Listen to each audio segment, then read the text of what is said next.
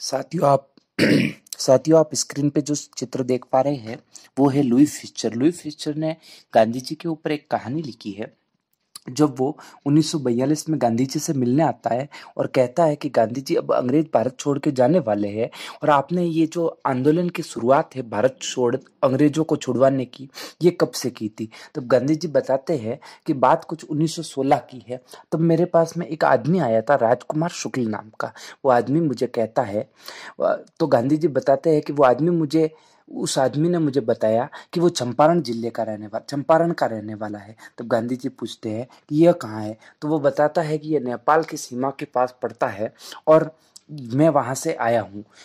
तो गांधी जी कहते हैं क्या काम है। तो वो कहता है कि मैं आपको साथ ले जाने के लिए आया हूँ। गांधी जी उसे मना कर देते हैं, लेकिन इसके बावजूद वो जो है डटा रहता है। 3 महीनों तक वो उन्हीं के साथ साथ चलता है। इसके बाद में गांधी जी उसके दृढ़ विश्वास को देखकर प्रसन्न होते हैं और उसके साथ में चलने के लिए तैयार होते हैं और पटना के लिए ट्रेन में बैठते हैं। पटना पहुंचते ही राजकुमार शुक्ल उन्हें बताता है कि गांधी जी, हम राजेंद्र प्रसाद के घर चलते हैं। राजेंद्र प्रसाद जो कि एक बहुत बड़े वकील है बिहार के। राजेंद्र प्रसाद जी जो कि आगे चलकर भारत के प्रथम राष्ट्रपति बने और पंडित जवाहरलाल नेहरू जो कि भारत के प्रथम प्रधानमंत्री बने थे। तो राजेंद्र प्रसाद जी के घर जाते हैं और वे दोनों लोग नीचे बैठ जाते हैं जमीन पर। तब गांधी जी को प्यास लगती है और पानी पीने के लिए वो कुएं में हाथ जैसे ही डाल रहे होते हैं, वैसे ही नौकर उन्हें रोक लेता है और ये कहता है कि तुम यहाँ से पानी की बूंद पे भी अगर तुमने हाथ लगा दिया होता तो पूरा का पूरा पानी अपवित्र हो जाता। तब गांधी जी जो है राजकुमार शुक्ल से पूछते हैं कि ये बात क्या है। तो वो कहता है कि ये छुआछूत की बात है। बात कुछ ऐसी है कि मैं अछूत जाति से हूँ और क्योंकि मुझे नीचे बिठाया, इन्होंने आपको भी जो है वो अछूत समझ लिया, जबकि ये जानते नहीं है कि आप सवर्ण कास्ट से आते हैं, क्योंकि गांधी जी जो है वो एक जैन परिवार से आते थे। बात तो कुछ आगे बढ़ाते हैं साथियों। गांधी जी जो है राजकुमार शुक्ल को लेकर वकीलों के पास में जाते हैं और वकीलों के पास में जाकर वकीलों को डांट लगाते हैं कि आप लोग इन लोगों से इतनी मोटी फीस वसूलते क्यों हो। साथियों, बात ये पूरी कहानी किस पे है, तो ये पूरी कहानी है इंडिगो यानी नील पर।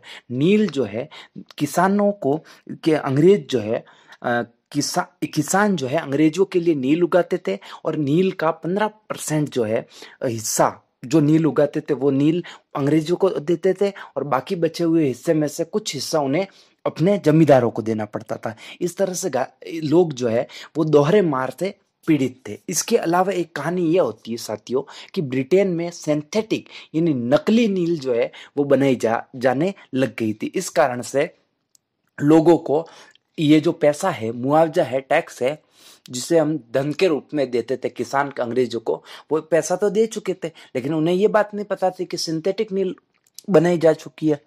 इस वजह से गांधी जी जो है उन लोगों की पूरी समस्या को जान पाते हैं कि ये लोग जो है कहाँ से फंसे हुए हैं, अंग्रेजों से। तो वो सीधा ब्रिटिश कमिश्नर के ऑफिस जाते हैं। ब्रिटिश अधिकारी के ऑफिस जाकर गांधी जी पूछते हैं कि क्या तुम लोग उन लोगों का पैसा क्यों नहीं चुका रहे हो। वो कहते हैं कि तुम कौन हो। वो कहता है कि मैं मोहनदास करमचंद गांधी हूँ। फिर वो कहता है कि वो ये कौन है मोहनदास करमचंद गांधी। तो कहते हैं कि वो तुम्हें पता चल जाएगा।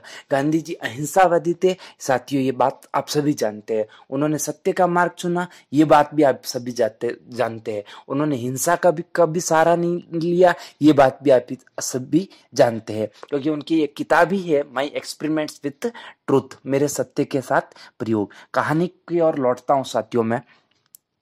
और गांधी जी जो है मुजफ्फरपुर जाते हैं बिहार में और वहां पे जो जेबी कृपलानी है उनको एक पत्र लिखते हैं। साथियों, अब ये जेबी कृपलानी जो है उन्हें विद्या निकेतन आश्रम में गांधी जी से गुजरात में मिले थे, जिसे ये पत्र लिखकर कहते हैं कि आप लोगों को सबको मिलकर मेरी मदद करनी पड़ेगी और हमें लगभग 1 साल तक संघर्ष करना पड़ेगा इस ब्रिटिश व्यवस्था के खिलाफ। इस तरह से गांधी जी के साथ में पूरा का पूरा बिहार के जितने भी वकील थे वो मिल जाते हैं, पूरा का पूरा बिहार के किसान मिल जाते हैं और पूरे के पूरे बिहार के क्रांतिकारी वगैरह मिलकर जो आंदोलन करते हैं, अहिंसात्मक आंदोलन 1 वर्ष तक चलता है, जो 1917 में जाकर पूरा होता है और लोगों को उनकी जमीन जो है उनका जो धन है वो वापस मिल जाता है। इस तरह से गांधी जी ने अपने पहले अहिंसात्मक आंदोलन की शुरुआत की थी साथियों। धन्यवाद।